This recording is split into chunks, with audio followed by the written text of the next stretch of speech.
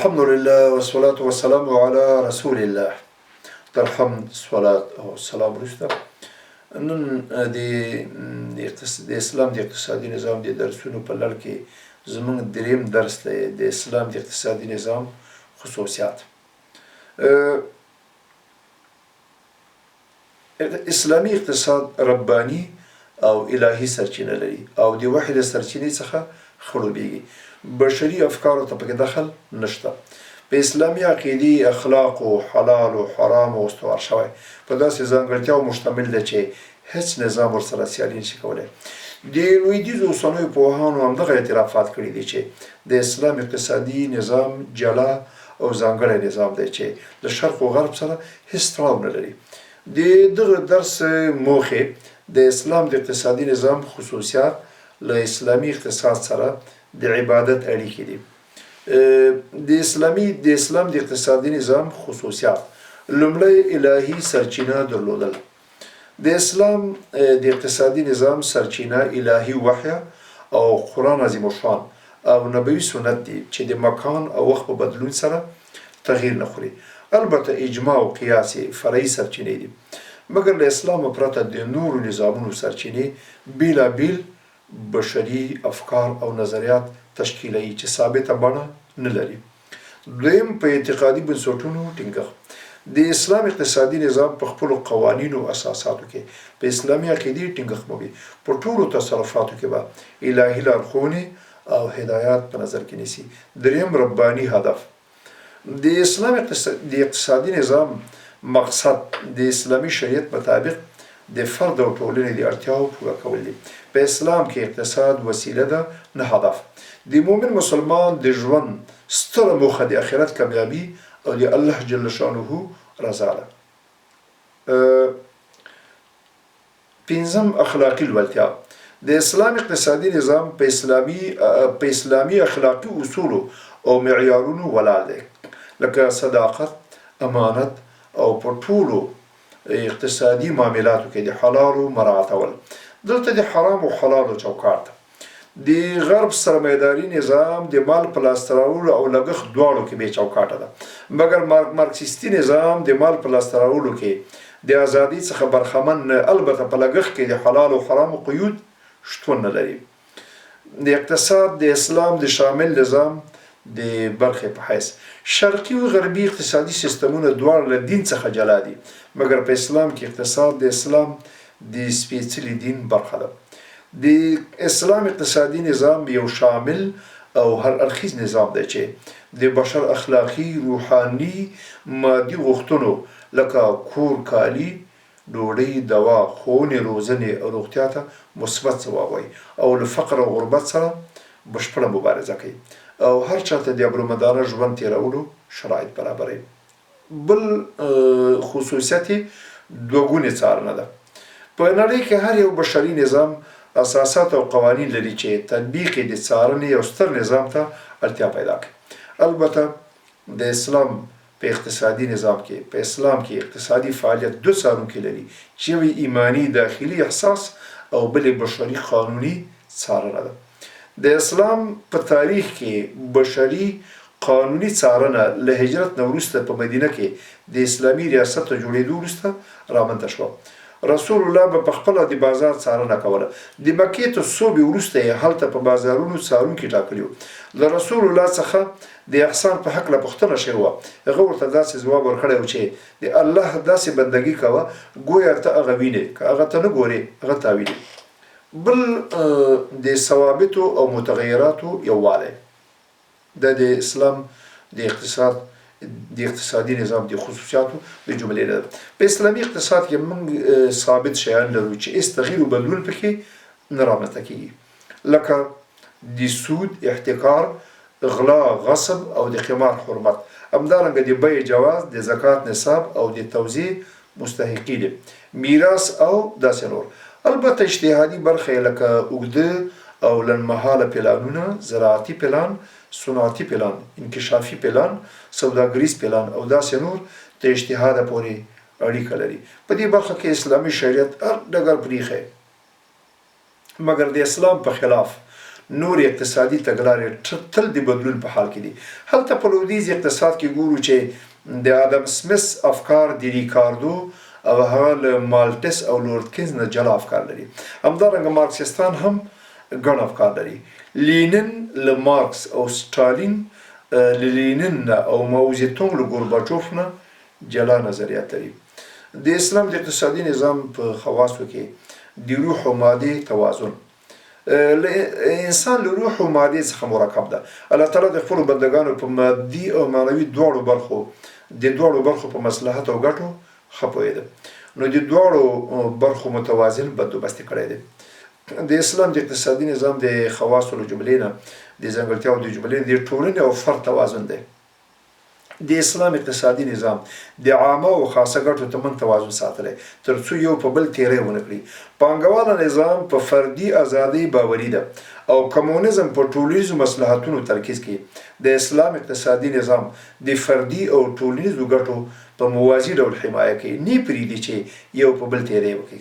د اسلام د اقتصادي نظام بل خاصیت د شتمنۍ عادلانه ویش دی چې په وسیله ډېر تفاوتونه له منځه ځي، لکه د ملکیت د لاسته راوړلو ناروا لارې چارې، سود، احتکار، قمار او خیانت، دوکه او داسې نور. او هم د داسې قوانینو جاري کول چې د ثروت او شتمنۍ د تجزیه کېدو لامل وګرځي، لکه د میراث قانون چې د یو شخص مال او ثروت د ډیرو خپلوانو ترمنځ ویشل کېږي. د داسې قوانینو په نظر کې ساتل چې په ټولنه کې د ثروت د ویش سبب ګرځي، لکه زکات او په مسکینانو د پیسو ویش در واخلم. د اسلام د اقتصادي نظام د خواصو له جملې نه له واقعیتونو سره سمون دی. اسلامي اقتصاد په خپلو اساساتو او تګلارو کې د بشر له عملي واقعیتونو سره تعامل کوي او له بشري فطرت سره سمون لري.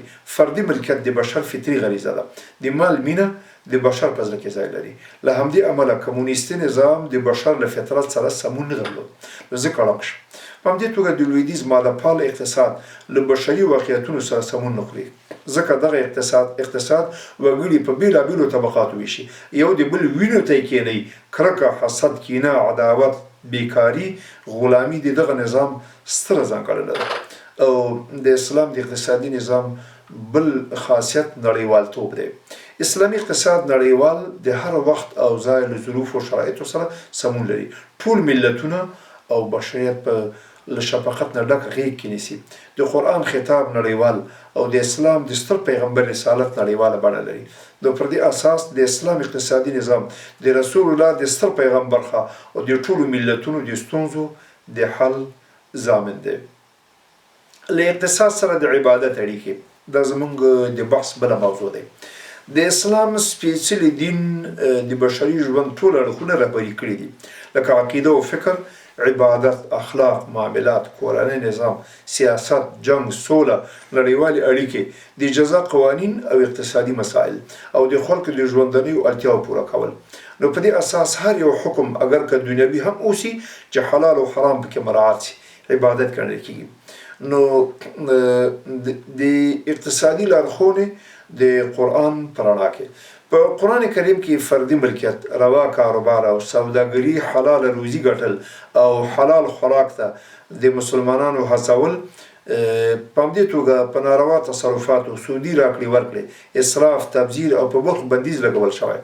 همدارنګه د مانځه د ادا کولو نه وروسته د حلال رزق په طلب مسلمانانو ته امر شوی او د حج په سفر کې سوداګري روا او جائز عمل ګڼل شوی.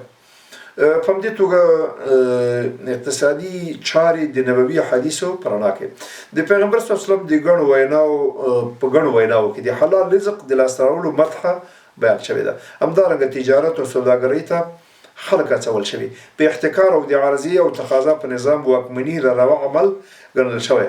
حلال روزي ګټل د مؤمن مسؤلیت ګڼل شوی. دلته په دې هکله ګڼ روایات دي. موږ اوس یو بل بحث کوو چې د عبادت په اسلام کې د عبادت پراخه مفهوم. عبادت یو جامع نوم دی، هر هغه کار ته شمولیت پیدا کوي چې الله تعالی پرې راضي کېږي، له اقوالو، باطني او ظاهري اعمالو څخه لکه مونځ، روزه، زکات، حج، رښتیا ویل، د امانت په ځای کول، له مور او پلار سره نیکي، له خپلوانو سره د خپلولۍ پالل په وعده وفا، امر بالمعروف او نهی عن المنکر، له کافرانو سره جهاد، له ګاونډي یتیم مسکین مسافر نوکر او چارپایانو سره احسان، حلال روزي ګټل، په عدل او انصاف لاس پورې کول، الله او رسول سره مینه، صبر شکر توکل، د الله تعالی د رحمت هیلهمندي او له عذابه ویره، ټول عبادت شمیرل کیږي. نو عبادت یوازې د جماعت کونج کې مونږ نه دی، بلکې ټول ژوند در بر نیسي. د دین راهبانه تصور په شرکي بتپالو مذهبونو هندویزم، بودیزم او مسخ شوي نصرانیت کې دین او دینی چارې یوازې درمسال او کلیسا پورې مربوطې وي. دنیوي چارې له دین څخه آزادې وي. په اقتصاد، سیاست، ټولنې، قضا، ښوونه او روزنه کې دین بېواکه و. دغه سیکولر او لادینه تصور ده. د دین او عبادت اسلامي تصور، د اسلام دین یوازې د فرد اړیکې د الله سره نه تنظیموي، بلکې قرآن د ټول ژوند د تنظیم لپاره بشپړ الهي پیغام دی. د ولسونو، ملتونو، تمدنونو د لارښوونې په خاطر نازل شوی. د اسلام ستر لارښود د پیغمبرانو د قافلې سپاه سالار محمد مصطفی صلی الله علیه وسلم د ژوند د ټولو اړخونو لارښود و. نو په دې اساس یو مسلمان چې په سوداګرۍ لاس پورې کوي، نو ښه سودا بازار ته راوړي او په ښه نرخ یې خرڅوي. یو سیاستوال حکمران چې په عدل او انصاف لاس پورې کوي، ملي امانتونه ساتي او مدیریت کوي، د مظلوم نه دفاع او د ظالم لاس سنډوي او په شریعت پریکړې کوي. یو ورځ په دفتر کې ناست رسول الله صلی الله علیه وسلم د شپېتو کلونو د عبادت څخه غوره بللې ده. همدارنګه یو طبیب په خپله معاینه خانه او یو بزګر په خپل پټي باغ کې د لمانځه په التزام سره داسې ده لکه چې په عبادت بوخت وي.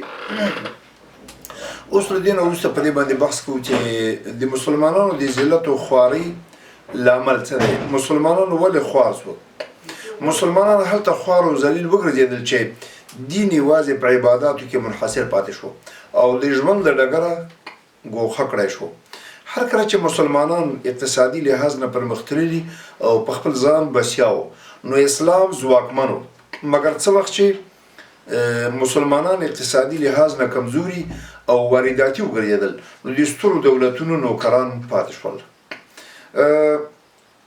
اوس په دې باندې بحث کوو چې راشده خلیفګان او اقتصادي چارو ته اهتمام.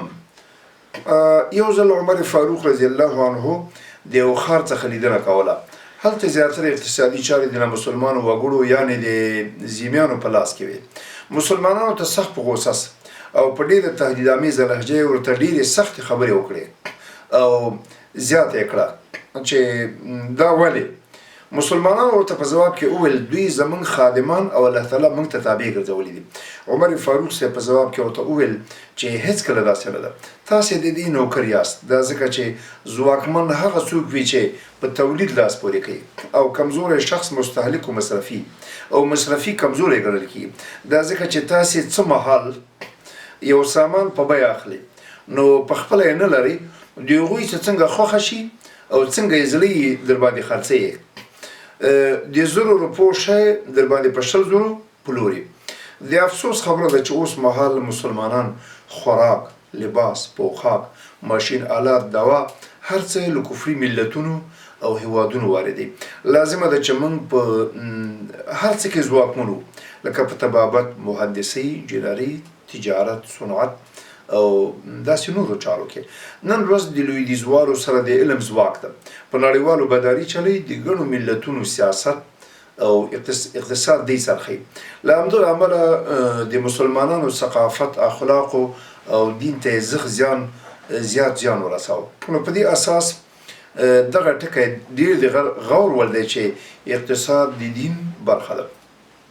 د اوسني مسلمان مسؤلیت موږ ته لازمه ده چې په اقتصادي مالي لحاظ باندې پیاوړي، په علمي لحاظ لوړ او د خپل ژوند په ټولو شؤوناتو کې منظم، په خپل لباس، خوراک، څښاک، په کور، اولاد او خپل میرمن سره په تعامل کې منظم اوسو. موږ د ځمکې په آبادولو ګمارل شوي تر څو چې موږ په اقتصادي لحاظ فوقیت ترلاسه نه کړو او خودکفا ونه ګرځو. هېڅکله به موږ خپل دین ملتونو ته د درناوي وړ ونه ګرځو. با عمله با فرهنګه آباد او آزاد ملتونه سرلوړي. دا زموږ درس و د درس په پای کې د درس لنډیز وړاندې کوو. د اسلامي اقتصاد د اسلام د اقتصادي نظام خصوصیات او ځانګړنې ربانیت او الهي سرچینه درلودل شمول دوه ګونې څارنه، د ثوابتو متغیراتو یووالی، د روح او مادي توازن، د ټولنې او فرد توازن، د ثروت عادلانه ویش، له واقعیتونو سره سمون او نړیوالتوب. په همدې توګه له اقتصاد سره د عبادت اړیکې د اسلام دوه ارکان زکات او حج مالی عبادت شمیرل کیږي. د اسلام سپیڅلی دین د بشري ژوند ټول اړخونه رهبري کړي دي. د مؤمن د ژوند هره برخه اگر که دنیوي هم اوسي چې د الهي حکم سره سم ترسره شي عبادت ګڼل کیږي. په اسلام کې عبادت یو جامع نوم دی، هر هغه کار ته شاملیږي چې الله تعالی پرې راضي کیږي. نو د درس په پای کې پوښتنې مطرح کوو. د اسلامي اقتصاد په خصوصیاتو کې ربانیت څه ته وایي، د ټولنې او فرد توازن څه ته وایي او نړیوالتوب څه ته وایي. په همدې توګه د عبادت جامع مفهوم څرګند کوي او په همدې توګه له عبادت سره د اقتصاد اړیکې څه دي. په همدې اکتفا کوو. اقول قولي هذا استغفر الله لي ولكم. السلام عليكم ورحمة الله وبركاته.